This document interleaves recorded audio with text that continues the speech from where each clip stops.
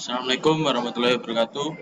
Di sini saya akan menjelaskan tugas UTS yang berjudul Sistem Analog dan Sistem Digital. Sistem analog sebuah sistem pengolahan sinyal yang datanya diolah secara kontinu. Adanya perubahan nilai. Sistem digital pengolahan sinyal yang datanya diolah berbentuk diskrit hanya bernilai angka 0 dan 1. Perbedaan sistem analog dan sistem digital. Sistem analog bersifat kontinu, sistem digital bersifat diskrit. Sistem analog kemungkinan error yang besar, sistem digital kemungkinan error yang kecil. Sistem analog rentan terhadap gangguan, sistem digital lebih tahan terhadap gangguan. Sistem analog pengolahan sedikit data, sistem digital mengolah banyak data. Sistem analog menggunakan konsep frekuensi, sistem digital menggunakan konsep biner. Sistem analog perawatan sistem yang mahal, sistem digital perawatan sistem lebih murah. Sistem analog kecepatan lebih rendah, sistem digital kecepatan lebih tinggi. Sistem analog sinyal memiliki kualitas yang rendah, sistem digital memiliki sinyal kualitas yang tinggi. Alat dengan konsep sistem analog dan sistem digital. Yang kiri jam analog, yang kanan jam digital. Gerbang logika.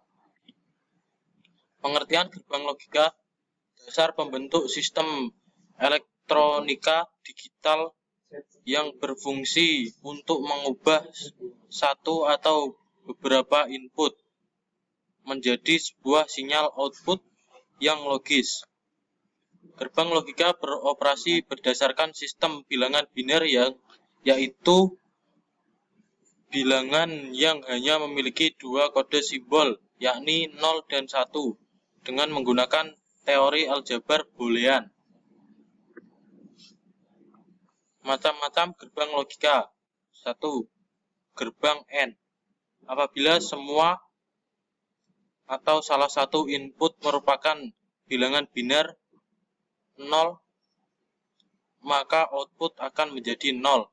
Sedangkan jika semua input adalah bilangan biner berlogika 1, maka output akan berlogika 1. Simbol yang menandakan operasi gerbang logika AND adalah tanda titik atau tidak memakai tanda sama sekali. Contohnya Z sama dengan X titik Y atau Z sama dengan XY. Gerbang OR. Apabila semua atau salah satu input merupakan bilangan biner berlogika 1, maka output akan menjadi 1. Sedangkan jika semua input adalah bilangan biner berlogika, maka output akan berlogika 0. Simbol yang menandakan operasi logika OR adalah tanda plus. Contohnya Z sama dengan plus Y. Gerbang NOT. Fungsi gerbang NOT adalah sebagai inverter. Nilai output akan berlawanan dengan inputnya. Gerbang NOT biasanya dilambangkan dengan simbol minus di atas variabel inputnya. Gerbang NAND. Kombinasi dari gerbang NOT dan AND yang menghasilkan kebalikan dari keluaran AND.